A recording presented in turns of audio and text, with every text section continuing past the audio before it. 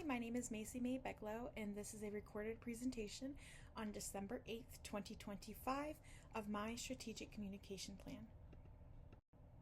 My definition of interpersonal communication is the action of using physical, verbal communication styles to relay or receive information about thoughts, feelings, or general messages to another person or persons. I've got this message from Schultz and Badinsky, 2015. During this presentation, I will be discussing my personality and behavioral types, the communication barriers I have experienced and know of, my goal for communication long term, the plan I have created, and how I plan to put this plan in action. I took the Uniquely You test, and I'm a CS or SC personality type, and I used Carbonell 2008 to kind of break down this personality type a little bit more. Some of the positive behaviors I have, I'm thoughtful, analytical, and hardworking, but there is a negative side to that where I can be judgmental and resentful because people don't see things the way I do, or they're not accomplishing things the way I think they should be accomplished, and then also puts me at risk for being kind of a pushover and taking on things that I shouldn't. This is just a little bit closer look at that. As you can see, I need to guard against being judgmental, avoiding bitterness, getting out of my comfort zone, just generally learning how to be more confident, assertive, but also still remaining kind and compassionate and honest in my communication. Just a quick little bit about my background. I grew up in an abusive home. I was raised homeschool up until the 4th grade by my mother. And my coping mechanisms growing up were really to kind of stuff down my emotions, to be quiet, and to just kind of try and keep the peace. This is a picture of me on the very left, and my younger sister Joy, who's my best friend, in the middle, and my older sister Morgan on the right. And me and Morgan still kind of have a rough relationship. Growing up, my identity was always surrounded by Christ, but I would say today I'm more rooted in Christ, and I try as hard as I can to let Christ be my life. So he is the best communicator. He's honest, he's bold, he's compassionate, and he knows how to listen to others well. So these are things that he's part of my identity, and I want to make those characteristics more predominant. So there are two communication barriers that I'm going to touch on a little bit more. They're from Petersen 2022. One is assumed shared knowledge, and the other is fear of the reaction or outcome. Two interesting facts that I found that kind of go along with this is that people who are in intimate romantic relationships, they frequently struggle over assumed shared knowledge and have a lot of miscommunication. This was found in the study done by Rajova et al. 2024. And my second interesting fact related to fear of reaction and outcome. Social anxiety and fear of confrontation often hold people back from professional progression within their career, so it can prevent them from going out for that promotion or a pay raise or just genuinely standing up for themselves. This was found from Ebner et al. 2025. So this information found on this slide is also from Petersen 2022. So both the professional and personal impacts are really similar. Poor listening, you miss vital information or you miscommunicate, you may be perceived of having a poor attitude or even a shallow relationship. Next, fear of outcome. So professional impact and personal impact are still a little similar, but the professional impact, you can't say no. So you may take on additional work from your boss or not stand up for yourself, which makes you kind of be viewed as not assertive and not very confident, and puts you at risk of being overloaded with work or even receiving less pay. And then your personal impact, you're just not being honest with yourself. You're not being honest with your partner, your friend, that kind of thing, which can lead to hurt feelings and overall miscommunication. This information, if I didn't say it before, was from Petersen 2022. So my goal is I want to be a conscientious, confident, and clear communicator, working as an attorney helping survivors of violent crimes, particularly children who've experienced abuse. And to do this, I'm going to need to be a strong, active listener. I need to be very assertive and confident. I also need to learn to be more strategic with information disclosure.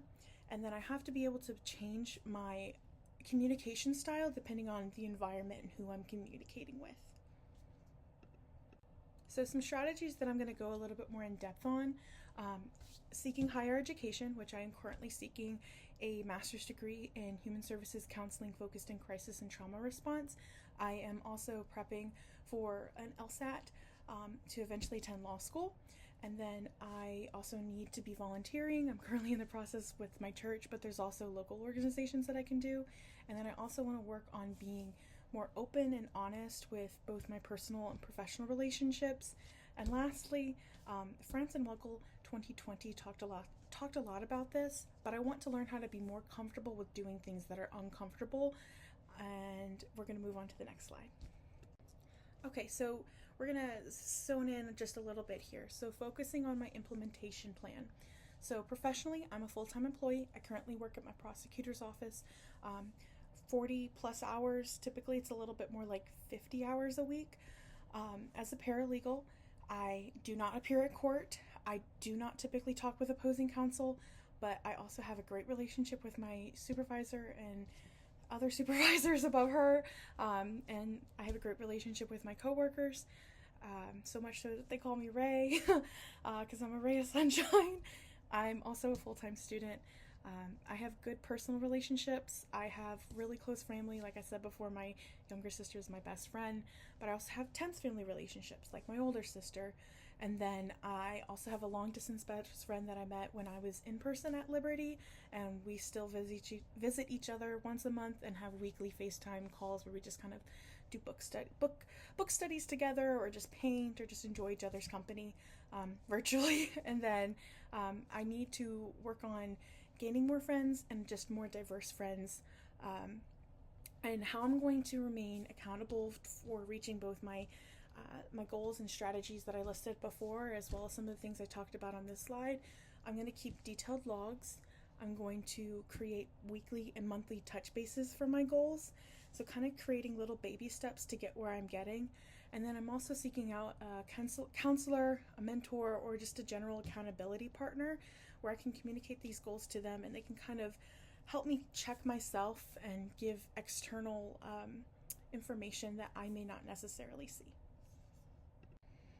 So here are the immediate steps that I'm going to be taking professionally and personally. I want to engage more with my boss and coworkers during social hour, volunteer, remove distractions, just expose myself to new situations. Two things of note: Algani and El Keshki 2025 has proven that volunteering helps you build confidence and communication skills with different audiences, and then social media and technology are proven to hurt relationships when they're put before the actual relationship and communication. This is according to France and Weikel 2020. So this is my long-term plan, both professional and personal. I'm working on getting higher education. I'm also working about fixing relationships and building new ones. So this is my plan highlights and summary. There are 4 things that I went over. First is education. This is a long-term step. I'm going to create a detailed timeline and a completion plan. This will help me build knowledge. Next is volunteering. It's an immediate step. I'm reaching out to church leaders and some of my coworkers who are involved a little bit more closely with the community for volunteer opportunities where I can build confidence and real-life skills. Next is openness and honesty. This is a long to immediate step. I'm reaching out to close relationships I have and some tense ones, and building new ones. This will help me build confidence, overcome barriers, and build skills of information disclosure. And the last one is being comfortable in the uncomfortable. This is a long to immediate step to try new things, build relationships, be more assertive, and learn how to speak up in a professional setting. This is going to help me build confidence, overcome barriers, and strengthen my skills of information disclosure. Thank you for your time and attention during this presentation. Before closing out, a verse of wisdom that I believe highlights my goals as a communicator is Proverbs 18:21, which states, "Death and life are in the power of the tongue, and those who love it will eat its fruits." This is the ESV version from 2001. This verse notes that communication is a good and prosperous skill, but one that holds tremendous power. Working through my plan and becoming a better communicator is not only a biblical virtue, but it's also a key portion for being a better person relationally and more successful and compassionate attorney in the criminal justice system. Thank you all for watching this presentation. These are the sources that I used. Have a great day.